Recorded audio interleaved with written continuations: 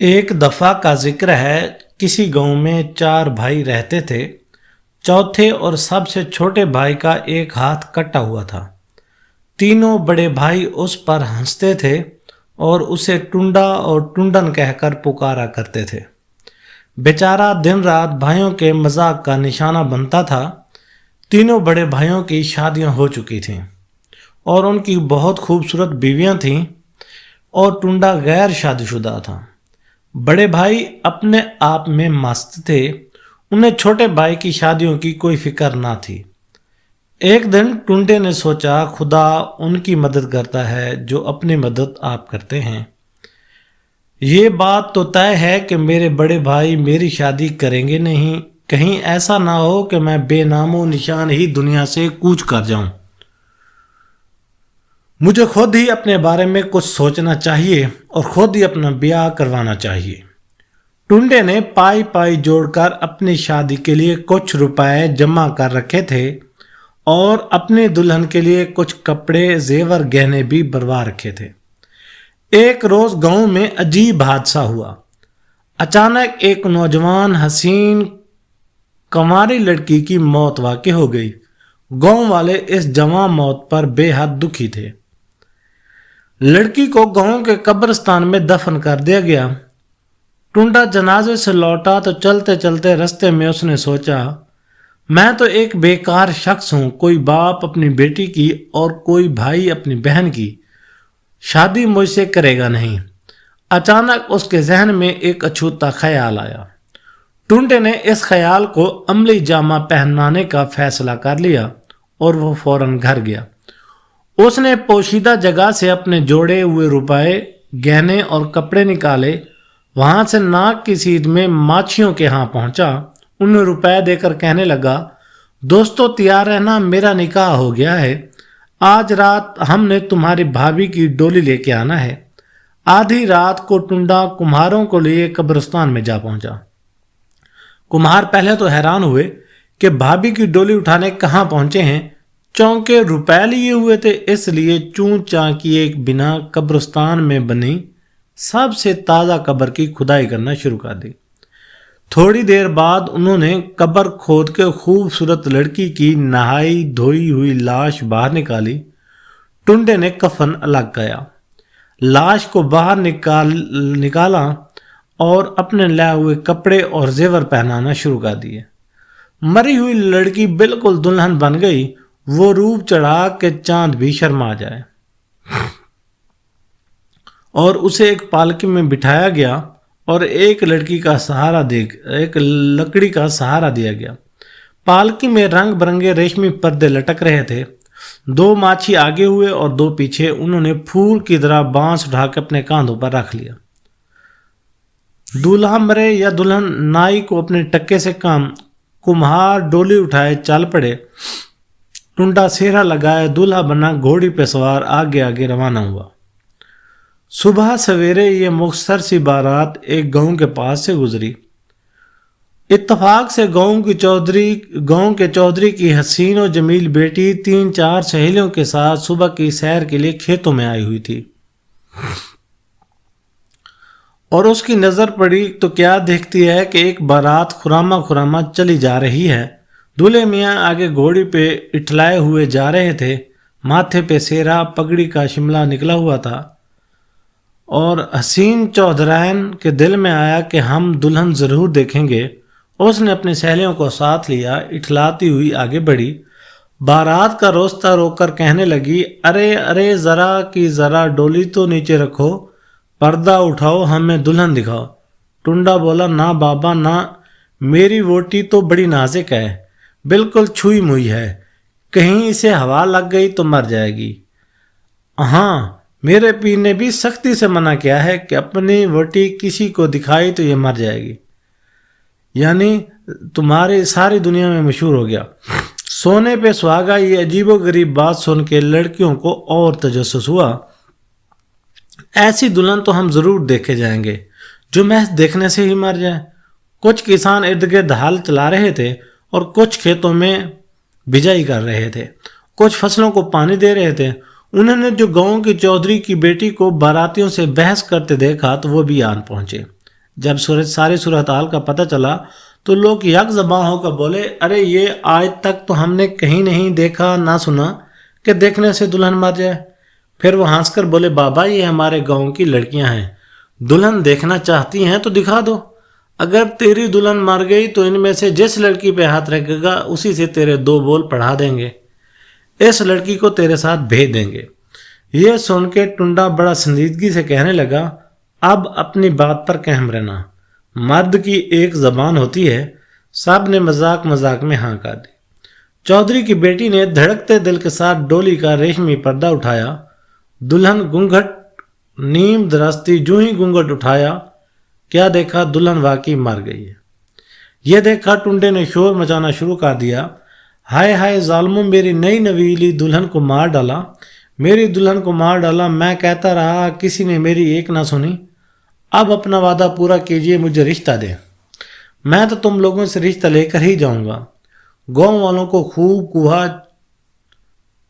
کچھ راہ چلتے کچھ بیچ میں پڑ گئے، آخر فیصلہ ہوا کہ وعدہ تو پورا کرنا ہی پڑے گا۔ چاروں نچار لوگوں نے ٹنڈے سے کہا، تو جس لڑکی سے کہے گا تیرا بیاہ کر دیتے ہیں۔ ٹنڈے نے فوراً بڑھ کے چودھری کی بیٹی کا ہاتھ پکڑ لیا، کہنے لگا، میں تو بس اسی کو اپنی دلہن بناؤں گا۔ اگرچہ لوگوں نے کہا کہ یہ وہ گڑ نہیں جو مکھیاں کھائیں، کوئی بولا کہاں راج بھوج اور کہاں گنگو تیلی، لیکن اب پیتا ہے کیا ہو جب چڑیاں چگ گئیں کھیت۔ چودھرانی کو ہاں کرنا پڑی، نہ چاہتے ہوئے ٹنڈے سے 2 بول پڑھوانے پڑے، ٹنڈے کی دلہن بننا پڑا۔ کوئی کہتا مکھمل میں ٹاٹ کا پیمند، کوئی کہتا رہا ہور کے پہلو میں لنگور، غرض جتنے منہ اتنی باتیں، لیکن ٹنڈے نے ایک کان بہرا ٹگے نہیں، مردے میں وہ اس کے کان سن کے اس کے کان اڑاتا رہا۔ ٹنڈے نے بارات پیچھے موڑی اور اپنے گاؤں کی طرف روانہ ہو گیا۔ راستے میں ایک اجار جگہ ویران سا قبرستان نظر آیا، وہیں مردہ دلہن کو دوبارہ کفن پہنا کے جھاڑیوں کے ایک جھنڈ کے پاس دفن کر دیا۔ چودھری کی بیٹی نے اس کے اترے ہوئے سرخ کپڑے اور زیور اور گہنے درختوں کی اوٹ میں جا کے پہنے، اور جب باہر آئی تو دیکھنے والے دیکھتے رہ گئے، ایسا لگتا تھا جیسے بہشت کی حور زمین پر اتر آئی ہو۔ ٹنڈے کو یوں محسوس ہوتا تھا جیسے جاگتی آنکھوں سے سپنا دیکھ رہا ہو۔ وہ بار بار اپنی چٹکی بھر کے دیکھتا کہ واقعی یہ حقیقت ہے۔ دودھ کی طرح گورے چٹے بدن والے چودھرین شرماتی لجاتی ٹنڈے کی ڈولی میں جا بیٹھی۔ کمہاروں نے ہنستے کھیلتے ڈولی کو بانس اٹھا کر کاندھوں پہ رکھ لیے۔ ٹنڈا دلہا بنا ٹھاٹ سے اپنی گھوڑی پہ جا بیٹھا۔ جب یہ برات گاؤں میں داخل ہوئی تو ہر طرف ایک شور اٹھا، لڑکے والے پکار پکار کے کہنے لگے، ٹنڈا ووٹی لے کے آیا، ٹنڈا ووٹی لے کے آیا۔ گاؤں کی عورتیں گھروں کی چھتوں پہ کھڑی ہو کے گلیوں میں سے گزرتی ٹنڈے کی برات دیکھنے لگی۔ غاز ٹنڈا چاند کا ٹکڑا ڈولی میں لیے اپنے گاؤں میں داخل ہوا۔ تینوں بڑے بھائی حیران و پریشان بھاگے بھاگے آئے۔ جب اتنی خوبصورت دلہن دیکھی تو سر پیٹ کے رہ گئے۔ ان کے تو وہم گمان میں بھی نہ تھا کہ کبھی ٹنڈے کی شادی ہوگی، اور اس پر کہ اتنی خوبصورت و حسین و جمیل ووٹی بھائی جال بن کے کوئلہ ہو گیا، اور وہ ٹنڈے سے کہنے لگے، ٹنڈن تو کہاں سے اور کیسے اتنی سونی دلہن بھی آ کے لایا؟ ٹنڈا بڑے فخر سے چھاتی پہ ہاتھ مار کے گردن اٹھا کے بولا، کل ہمارے گاؤں میں جو لڑکی مر گئی تھی، میں اس کی لاش ڈولی میں ڈال کر ساتھ والے گاؤں میں لے گیا۔ وہاں جا کے میں نے ایک آواز لگائی، مریان لے لو جیندیاں دے دو، مریان لے لو جیندیاں دے دو، مطلب مریاں موئی ہوئی لے لو اور جیندی دے دو۔ اب تو آنکھوں کی ضیافت کے لیے کوئی اور ہی حسین مکڑا ہونا چاہیے، کانوں میں رس پڑنے کے لیے کوئی اور ہی میٹھی آواز ہونی چاہیے۔ نہ سوچا نہ سمجھا، انہوں نے اسی رات اپنی بیویوں کو قتل کر دیا۔ رات گئے ڈولیوں میں ڈال کر کمہاروں کے کاندھوں پہ رکھا اور اپنے اپنے گھوڑوں پہ سوار اسی گاؤں کی طرف روانہ ہو گئے جہاں سے ٹنڈا چودھری کی بیٹی بیاہ کے لایا تھا۔ ابھی فجر کا تارا بھی نہیں ڈوبا تھا کہ گاؤں میں جا پہنچے، لگے آوازیں لگانے، مریا لے لو جیندیاں دے دو، یعنی مری ہوئی لے لو اور زندہ دے دو۔ گاؤں کے لوگ آنکھیں ملتے جمائیاں لیتے گھروں سے نکلے کہ اللہ خیر یہ کیا فتح پڑی ہے۔ جب انہیں اصل بات کا پتہ چلا تو سٹ پٹا کر رہ گئے کہ یہ کون سی نئی پھیری پھیر رہے ہیں۔ انہوں نے آؤ دیکھا نہ تاؤ تینوں بھائیوں کو پکڑ لیا۔ کمہار ڈولیاں وہیں چھوڑ کے یوں بھاگے جیسے گدھے کے سر سے سینگ۔ گاؤں والوں نے ڈنڈے نکالی، تینوں کو روئی کی طرح دھو ڈالا۔ وہ خبر لی کہ توبہ، तीनों भाइयों ने अपनी बीवियों को लाशों को वहीं छोड़ा। रोते पीटते गिरते पड़ते पेट सहलाते लौट के बद्दू घर को आए। वाकई किसी का पक्का घर देकर अपना कच्चा नहीं गिराना चाहिए। पीछे से उनकी बीवियों को गांव वालों ने दफन किया। बेचारे कई हफ्तों तक चारपाई से पेट लगाए हाय उई करते रहे। कौवा चला हंस की चाल अपनी चाल भी भूल गया। टुंडा अपनी नई नवेली दुल्हन को साथ लिए हंसी खुशी जिंदगी बसर कर रहा था। बस थोड़े रुपए पैसे की कमी थी। बेचारे के पास सिर्फ एक मरियल सी भैंस थी जो भाइयों ने कमाल मेहरबानी करते उसे दी थी। ये बाप की विरासत से वैध शय थी जो इसके हिस्से में आई थी। तमाम जमीनें भैंसें बड़े भाइयों के कब्जा में थी। जहर है जिसकी लाठी उसकी भैंस। अब शादी हुई तो टुंडे का हाथ तंग हो गया। बेचारे को माली परेशानी ने आ घेरा। बेचारा रात दिन खुदा से दुआएं मांगता था कि या अल्लाह इतनी खूबसूरत औरत तो दे दी तो साथ दौलत भी दे दे। भला कबाब के बगैर शराब पीने का क्या मजा। टुंडा रोज अपनी मरियल भैंस चराने के लिए दरिया के किनारे ले जाता। भैंस दरिया के पास उगी ताजा और हरी भरी घास चरने लग गई और टुंडा शीशम के घने दरख्त की छांव में जाकर बैठ जाता। कुछ देर अपनी भैंस को दरिया से पानी पिलाता। दोपहर को चौधरी की बेटी सर पर रोटियों की चंगेर और सालन की कटोरी लस्सी का गड़वा रखे हुए आती। पास ही एक बड़ा गडरिया भी अपनी 50-60 भैंसें चराने आया करता था। एक दिन टुंडा बड़े से उससे पूछने लगा, बाबा तेरे पीछे रोटी नहीं आती? बाबा बोला, बेटा मैं अकेला हूँ, छड़ा छांट हूँ, ना बीवी ना बच्चे, ना आगे ना पीछे, मेरा कोई वली वारिस नहीं। मेरे पीछे कौन है जो रोटी लेकर आएगा? शाम को घर जाता हूँ, खुद ही आटा गूंथता हूँ, हांडी चढ़ाता हूँ और दाल लेकर जो पकता है शुक्र करके खा लेता हूँ। बाबा जी की दाल दलिया से मुतल्लिक सुनकर टुंडे ने अपने जहन में खिचड़ी पकाना शुरू कर दी। चंद दिन बाद उसने बूढ़े को रस्सियों से बांधा और उसे उठाकर दलिया में उसकी सारी भैंसों को दरिया में फेंक दिया और उसकी सारी भैंसों को हाँक कर इकट्ठा किया और अपने घर ले आया। उसके भाइयों ने जो 50-60 भैंसें देखी तो आंखें खुली की खुली रह गईं। हैरान होकर पूछने लगे, टुंडे तेरे पास तो एक मड़ियल सी भैंस थी, वो इतनी ढीठ सारी भैंसें कहाँ से ले आया? टुंडा बोला, भाइयों आज का दलिया में पानी चढ़ा हुआ है। दरिया में मुझे सब्ज जोगा पहने ख्वाजा खिजर अलैहिस्सलाम नजर आए। मैंने दरिया में बेधड़क छलांग लगा दी। ख्वाजा खिजर के पास गया तो उन्होंने मुझे ये सब माल डंगर और मवेशी तोहफे में दिए। भाइयों कुछ ना पूछो, वहां तो बड़े मजे हैं। दरिया की मौजों में बड़ी मौजें हैं और बहुत से लोग थे। सब कहने लगे, टुंडा नहीं, यहीं रहो, खाओ पियो मजे रहो। लेकिन मैंने कहा, ना बाबा ना, पीछे मेरा घर अकेला है, मैंने वापस जाना है। तब ख्वाजा खिजर ने मुझे अपने पास बुलाया। कहने लगे, टुंडन बेटा यहाँ खुदा का दिया बहुत कुछ है, ये माल डंगर साथ ले जाओ और अगर हाँ कोई और गरीबी हो तो उससे भी भेज देना, ऐसे ही भूखे ना मरते रहें। ये सुनकर वो भाई फिर लालच में आ गए। उनके मुंह में पानी भर आया। उन्होंने दिल में कहा, हम ख्वाजा खिजर से भैंसें लेकर आते हैं, हमारा भाई टुंडा भी अभी 50-60 भैंसें लिए फिरता है, तो फिर हम क्यों ना बहते दरिया में हाथ धोएं। हम भी दरिया में ख्वाजा खिजर से मिलते हैं। और बड़ी खुशामद से कहने लगे, बड़े प्यारे भाई टुंडे, हमें भी ख्वाजा खिजर से मिला दे। टुंडा बोला, क्यों नहीं। करीब एक बूढ़ी कुमारी खड़ी थी। टुंडे की बातें उसकी कान में भी पड़ गई। उसने सोचा, मैं भी बहती गंगा में हाथ धो लूं। कुमारी का एक ही बेटा था, मन तो मुरादों का पला हुआ था। वो टुंडे से बड़ी लजाजत से कहने लगी, ख्वाजा खिजर से भैंस लेने जाओ तो मेरे बेटे को भी साथ ले जाना। हम सारा दिन जमींदारों की झिड़कियां सुनते रहते हैं, हमारी भी तकदीर जाग जाएगी और हमें भी 20-25 भैंसें मिल जाएंगी। टुंडा बोला, अम्मा मेरा क्या जाता है, मैंने कौन सा भैंस अपने पल्ले से देनी है। 100 बिस्मिल्लाह, जब हम जाने लगेंगे तो तुम्हारे बेटे को भी साथ ले जाएंगे। फिर वो उनसे कहने लगा, हम सुबह सवेरे ख्वाजा खिजर से मिलने दरिया पर जाएंगे और हाँ अपने साथ 500-600 रस्से लेते आना। ज़ाहिर है इतनी भैंसें हम रस्सों के बगैर कैसे दरिया से खींच कर बाहर निकालेंगे। सब खुश होकर तो आने वाले दिनों के मीठे ख्वाब देखने लगे।